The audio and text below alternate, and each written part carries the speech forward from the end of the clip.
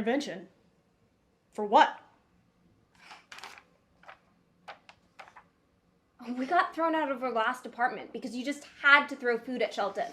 And now we're living in this small place and you're up at all hours making all sorts of noises. I wasn't paying attention. It was... My boyfriend will not text me back. Okay, well, it's really not fun to live with you. And sometimes it's scary when you're yelling all the time. Mom, can't Flora...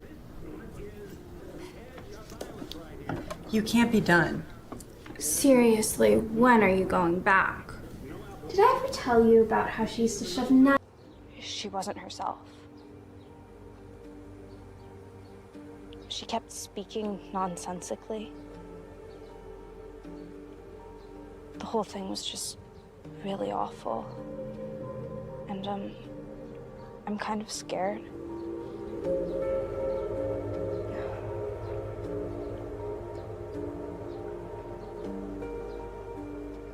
You can make suggestions if you want.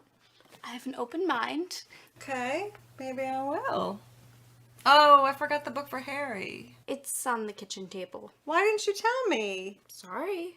I guess I'm not extra smart. I remember sitting in here and forcing you to play Barbies with me. Well, I must have been a good friend then. Yeah. But I'm worried about Aunt Lily. So, let's go. I don't want to wait till my mom is free. You can show Joan your Toby movie. She likes dogs. And I thought maybe we could do this together. You and me. I thought maybe we could save each other.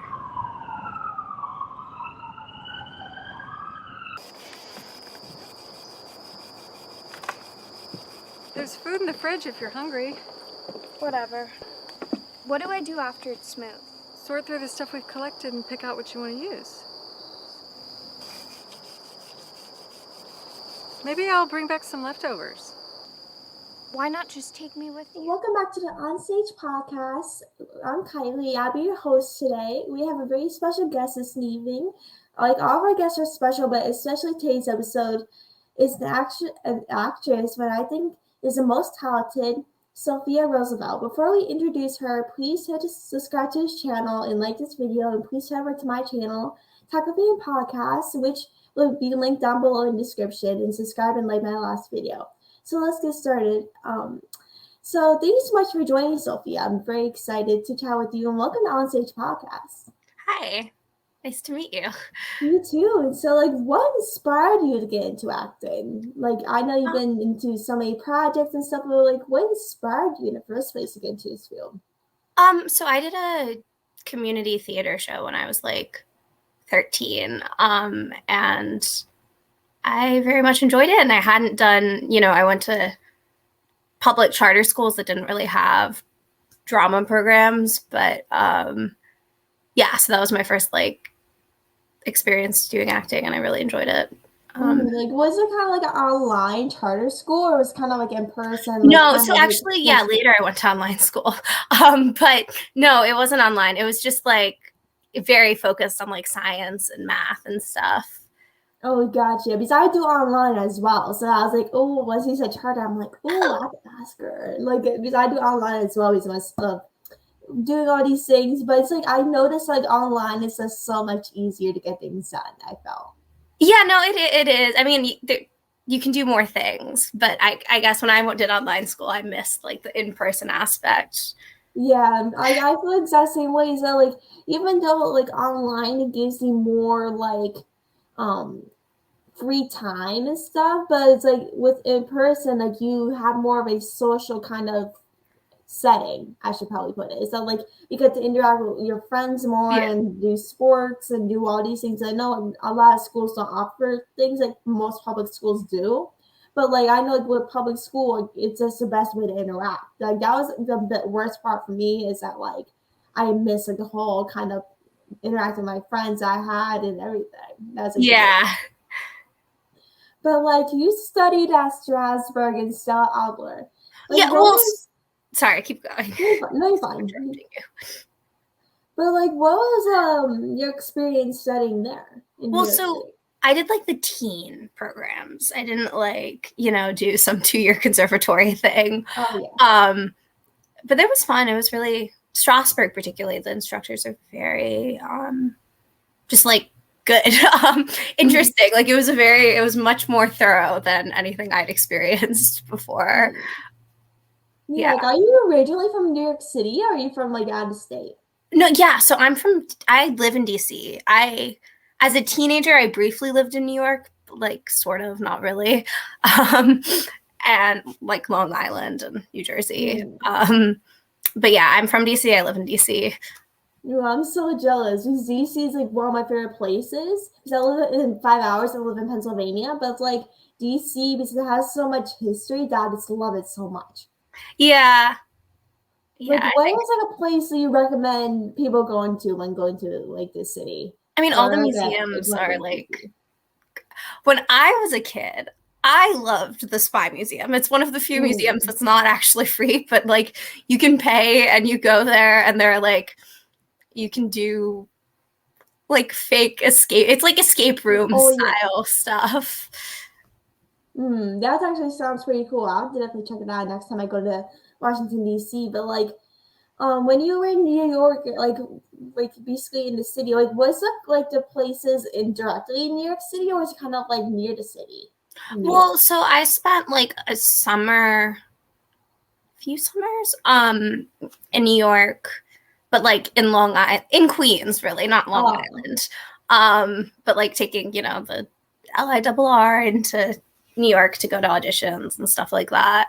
And then I spent about a year, maybe 2 years living in Princeton and doing the same thing, just with a longer commute. Like, how do you like New York City? Do you like it, or is it kind of like not your like place you just go once and just leave? Because I know a lot of people are like, oh, I'd rather go to this place once and just never go there again. I mean, I'm moving to New York City, so I like it. I hope I still like it. Yeah, New York. I go to New York City like every couple of weeks. This is 2 hours away from me, so I'm like, I usually go there very often. But it's definitely like a place. Like, I know there's a lot of crimes going on there, but it's definitely worth all the history, and there's like so many things to do down there. Yeah, I mean, there's so many. It's just like also, if you want to act, like it's very cool to like go walk down Broadway and see all the musicals and stuff like that. Yeah, exactly right. Like New York City and Los Angeles are like the main places to like act and get success. There's a model agencies, acting, and like anywhere you go, it's just like you see like a person there, and that's like famous or like an actor. Yeah, well, I don't. Yeah. Well, like, do you prefer theater or acting in front of cameras? I know you do some theater work as well. Yeah, so recently I've mostly been doing theater. That's also just partially because I live in DC, and there's like sometimes films come to shoot here, or series will come down. Like White House Plumbers came and shot here, but mostly there's just theater, and there's a lot of theater in DC. So recently I've been doing theater. I like both. I think there's something like with theater, it's very cool. I love working on new works with like, when playwrights are producing their own work. So I think there's something very cool about seeing how like the show shifts, which you sort of get in like indie films too. But I don't know, theater feels more purely about the acting, at least. Yeah. At least from like in a perspective of someone who's auditioning. I'm not saying like film is also very much about the acting. It's just a different kind of like setting type of thing. Yeah, exactly. Well, and I feel like when you're auditioning, it's a little bit more about like, oh, do you fit this type? How do you like, does it work as a cast?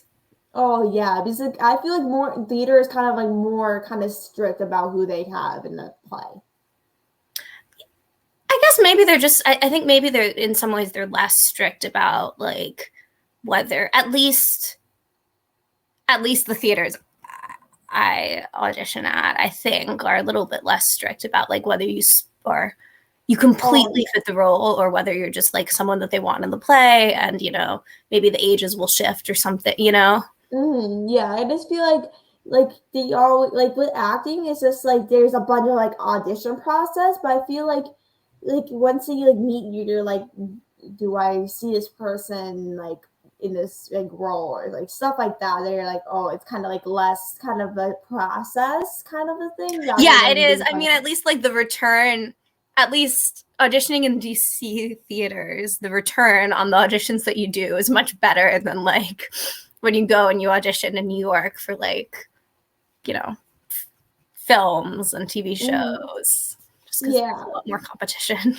Yeah, like, are you like a theater person, like a Broadway person, or are you like much of a person that's like, oh, I'd rather just be in theater than rather just sitting down in theater and watching Broadway shows or something? I mean, I'm not a musical person. Like, I don't do musicals, so I don't know that many musicals. So I guess I'm not really a Broadway person. I've definitely seen Broadway shows and love Broadway shows, but yeah, I mostly don't like see yourself doing it. Yeah, exactly. So I don't always see them, because like when I see theater, I like to see how other people acted, and I can't really picture myself doing that for musicals. So I don't know. Yeah, that's actually understandable. It's like, even though like you do theater, it's just like, oh, I'd rather just do theater than actually doing a Broadway musical like in New York City. Well, I just can't, so I don't see I don't see as many musicals. Oh yeah, I for me, I love musicals, but not a lot of people like musicals. Even though they might watch it, it's like, even if it's a great movie, they're like, I don't know if I actually want to do that. Like, you know what I mean? Mm-hmm. But like, do you teach acting as well? Like, I mean, like, sort of to children. Yeah. You like work behind the scenes in film, TV, and theater. Like when you do behind the scenes in film and TV, and even in theater, like what do you do behind the scenes? Like, do you like be part of production, or like what do you do?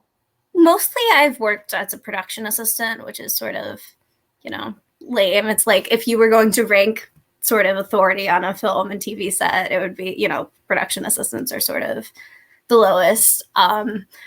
So it's a lot of like errands, like getting coffee and stuff. But I have been working on Crumble Karaoke as a production assistant, which is really cool because you get to meet all these famous people.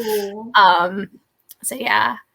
Like, who's like the favorite person you met on that job? I'm kind of curious. So I met Kevin Bacon on, it was like the first time I went up to do one of the episodes, and it was my birthday, and he and his brother sang me happy birthday, which was really cute and fun. Ooh, I'm so jealous. Like that's like your birthday, and like it was your first experience, like you said, right?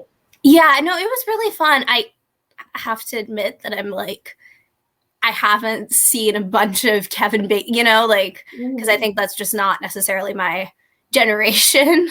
Yeah. Though I did watch, They Slash Them, but yeah. Yeah, like I feel like mostly Kevin Bacon movies are just kind of like our parents' generation. Exactly. Yes. But my dad was very stoked. Yeah, like who's like your favorite person like you met? Like not necessarily working on that project, but who's like your favorite actor or somebody that you met? Oh God. I know this might be a hard question. I think in general I haven't met people who I'm like a huge fan of, you know what I mean? I met Austin Pendleton. He's like, I don't think you will know who he is. He's like, he was in My Cousin Vinny, which also is not of our generation, but he was, he was very cool, and he gave me a lot of advice, and I was like about 17, so I really appreciated all the advice. Like that's the best part about being an actor. So like when you are on set, and like you're young, like very young when you're first starting out, like you're getting tons of advice from actors that like been doing this for years. Yeah. But like, what are some things like that you teach when you're doing acting classes? You said that you teach like young kids, right?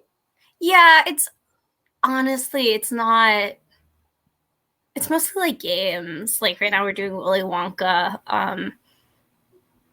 So we're like actually mounting a show, but mostly like improv games, basically, masquerading as acting. Mostly because I've only taught kids who are like elementary school age and lower.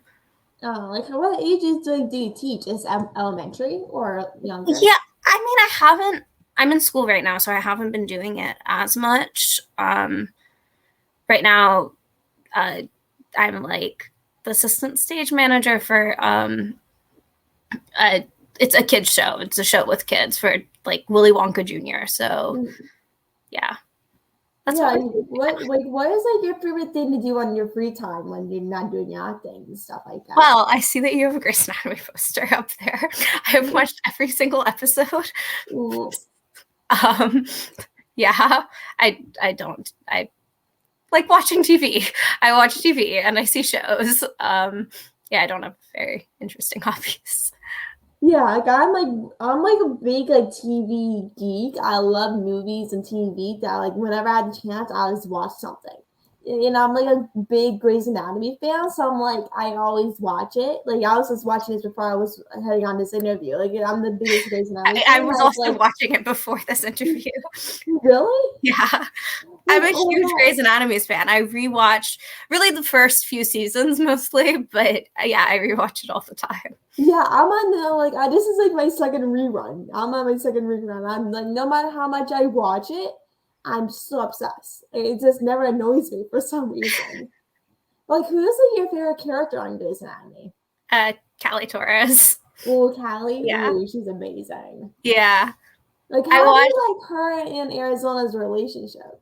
I love it. No, that was like, I watched it when I was in middle school, and I think it was the first show that I saw that really had like a, like a queer relationship that like evolved and they get married and stuff. So it was like so important to me, and then I just got obsessed with the show.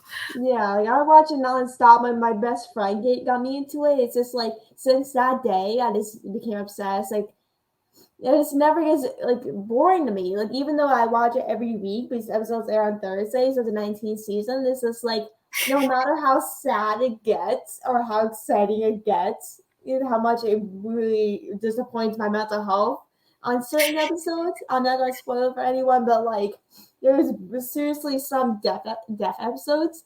Not to like I'm not gonna say who, but it's like there's some episodes that are like this makes me want to ball and just curl into a ball and die. Like but like how like much do you like teach acting? Like do you do it kind of like as a part-time thing? Or yeah, very much so. Right now I'm doing like once a week at a school. That's not bad at all. Like once a week is like I mean like obviously like you can do more. I was doing more last year, but now I'm like taking classes and stuff, so I'm not. Yeah, it's obviously more important to get more experience and teach others than having no experience, right? I guess it was just something I like kids, so it was just something I was doing.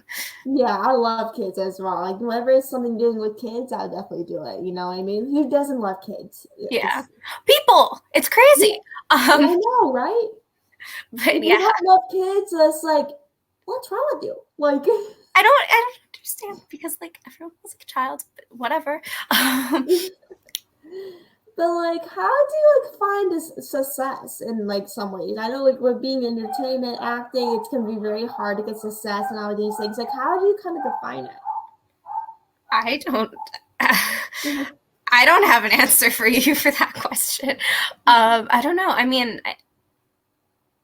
again, I think like right now I'm in sort of like a little niche market. Not to say that DC is not small, and DC has many wonderful theaters that produce incredible works. But I think there's also like everyone knows each other, so it's sort of it feels very different than auditioning in sort of a bigger or than sending off self-tapes or, auditioning pre-pandemic and like a bigger, like in New York, basically. But maybe that was my experience because I wasn't from New York. So I was always, taking the train. And I didn't actually know any of the people I was auditioning for. Yeah, because like New York is so big that like you can just like run into anyone that you may Yeah, know. But it's obviously exactly. very hard because like obviously it's such a big city that's like you kind of don't know where to go. Like there's so many things that you don't know which places to go rather than being from like a small kind of city or a town. It's like much different than knowing everyone in your town. Yeah, I mean, I don't know because I've also like I've grown up in DC, so I know, like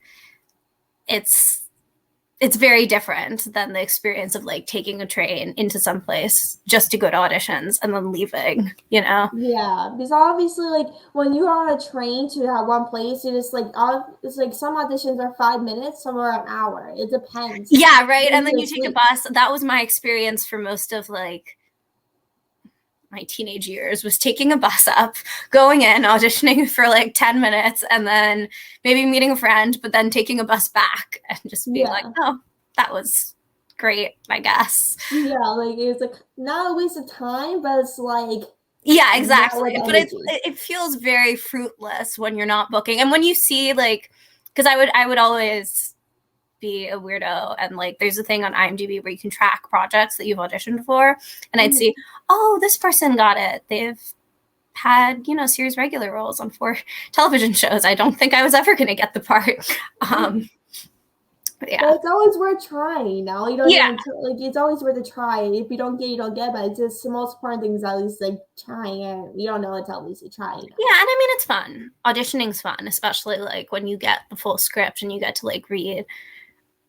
When you're really invested in the project, it's fun.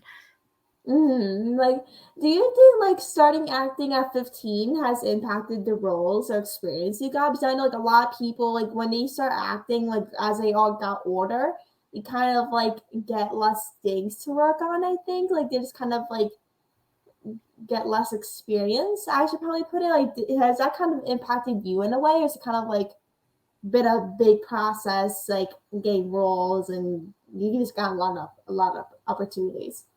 I mean, I think it definitely feels different. Especially also just like when I was doing things, I wasn't really acting from all the way from 15 to 18. I did like a movie, then I, went to regular school, then I did a few other things. But it does feel very different to like be an adult in a cast of adults than to like be a child with a parent on set in a cast of adults. Yeah, I don't know. Yeah, it's kind of like different. Like as you get older, you're like, oh, this is how it feels like. It's weird because I'm still playing. Like I just did a show where I was playing a 15-year-old, but I'm, it still feels very, very different. And like I wanted to ask you, since your last name is Roosevelt, like are you related to Franklin D. Roosevelt? I'm more related to Teddy, but like yes, because they are related. Yeah. I was actually curious. Since their last name is Roosevelt, so I'm like, oh, is she actually related? Like, so I wanted to ask you that, but I'm really into like history and all that thing. So I'm like, I had to ask her that. Like that's something I had to ask. But like, you're playing Tomas in the theater production of Tomas and the Library Lady that's running until May 22nd. If people didn't see the play yet, and that just wondering, that was from I don't know. That's from last year. Oh. Last year I was playing Tomas in a show until May 22nd. This year I just finished this like sort of play cycle about climate change and water scarcity. It's like 4 plays, but we did one play and then we did like staged readings of the other plays, and it closed last night. Ooh, how was that experience for you? It was really cool. I did they workshopped it. It's like it was written by their playwright in residence, which is basically a playwright who they're workshopping their plays and they're putting on their shows. So I did their staged reading last year, and then this year they like fully did the show, and I played the same character. So it was really cool to see how the script evolved from like a year ago and as we were rehearsing. Like, what character do you play, or you play like different characters? No, one character. I am a teenager. I am 15. I think actually originally she had written for the character to be a little bit younger, but I am not younger. So yeah, I'm playing like this non-binary Latino like climate activist whose family owns a farm, and it's all about water scarcity issues and how like the water on the farm is running out and how it's posing a big problem for their family because they need the farm to support themselves. Ooh, that sounds interesting. I have to definitely check it out. Like, do you think like your character, like, how does your character evolve over time? Because I know you did like 1 year, then that other year. Like, how does like your character kind of evolve? Yeah, so actually it was really interesting because it's part of, as I said, it's part of like 4 plays. So during the 4 plays, the like character ages 8 years. So it was really interesting to see how she changed like the character over time, and how their ideas changed, because like in the first one they're like this climate change activist and they're very invested, but also sort of in a way, when you're a teenager you think you can do anything and accomplish anything, and then when they get older they're like, I don't know, a little bit more skeptical, still an activist and stuff, but I don't know, it was interesting to see that progression for me personally. Like, I wanted to ask you, like, how do you like pick your projects that you do? Like, is there any specific like roles that you like kind of look out for, or things And you guys say no to? take anything that will have me. No, that's somewhat true, but not actually true. I mean, really, the script like is the biggest thing for me. I think I mean, sometimes you go into auditions and like when you speak to the director, it's like really interesting because you can tell how sort of pensive they are about characters, about the script, and it's really amazing to work with people who like want to do that, who want to break down the script and want to find these moments and want to ask you questions about your character, because I think it just creates a better show in general. And I think for me, it's really helpful and I enjoy that, but mostly the script. Like, scripts is like the key to like what you want to do, because I know like a lot of people really kind of focus on the script in terms of wanting to do that project. Yeah, I mean, I like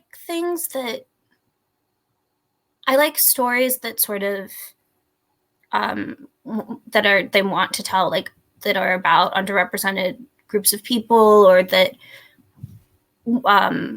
focus on like important issues. I don't know. I like more serious things. That's not to say like I don't like comedy. I just generally don't get to do comedy. But really, I like projects that might be able to change someone's opinion, because I think that's like a big thing for me. Like I think art should maybe hopefully be able to move someone's opinion on a subject. Yeah, like that's like the best part about like acting or even doing theater is that like when you do things like something like a matter that's going on in the world right now, it might change someone's opinion on it. Exactly, You know what I mean? right? Yeah. Because like the way they see it is that like if they see it live or even on TV, it will change kind of their perspective. Even if they don't like necessarily agree, they can always see like what other people feel about it. Yeah, it like humanizes issues that mostly are talked about in like a more theoretical way if you're not part of someone who's being impacted by that issue. Like, what are some issues like you are passionate about, like in terms of like projects and stuff? Like, what are some things like women empowerment, cancer research, or is there any like things that you are very passionate about? Say that again. I'm not sure I understood. Oh, sorry about that. Like, is there like any like thing that you're like passionate about, like women empowerment, cancer research? Is there anything? Oh, okay. Yes. Okay. I couldn't tell. Okay, cool. Yeah, sorry about that. No, it wasn't like you speak. I did not understand. So I just did, well, not just, in the fall, I did a play about like a girl's sort of sexual assault in school, but also sort of how words are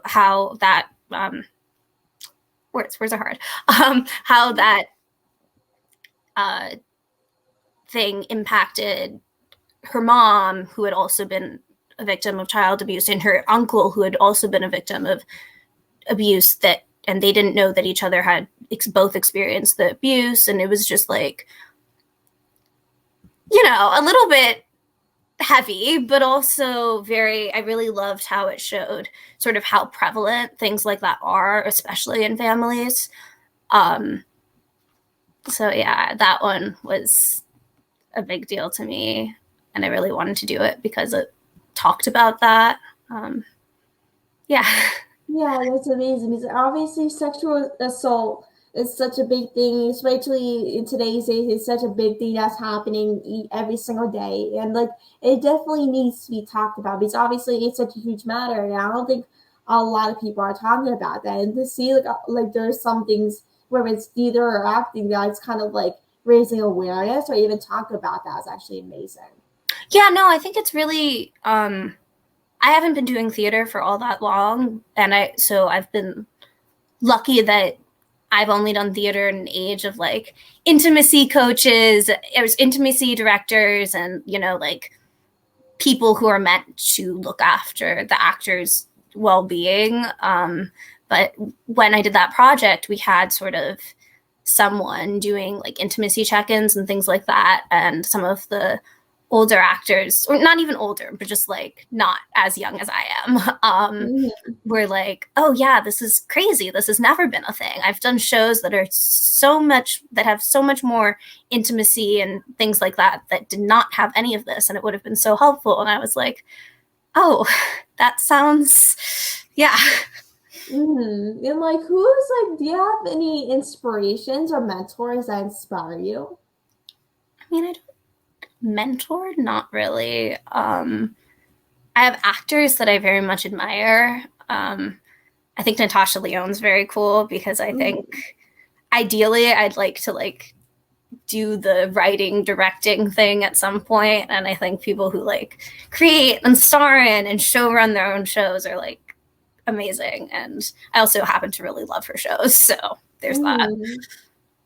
Have you seen? You definitely should do writing and directing. Like, I can like definitely see you doing that. I think you would definitely be amazing at it.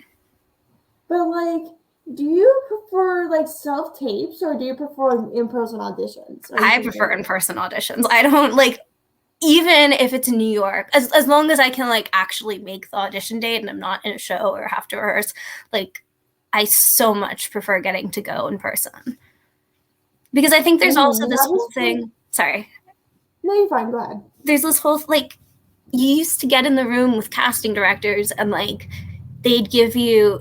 I did this pilot that I did not do this pilot. I auditioned for this pilot and I was like pinned for it and blah blah blah. But like when I was in the room with the casting director, they completely changed how I did the thing that ended up getting sent to, I don't know, whoever it got sent to, producers or whatever. And you don't get that feedback with self-tapes. So.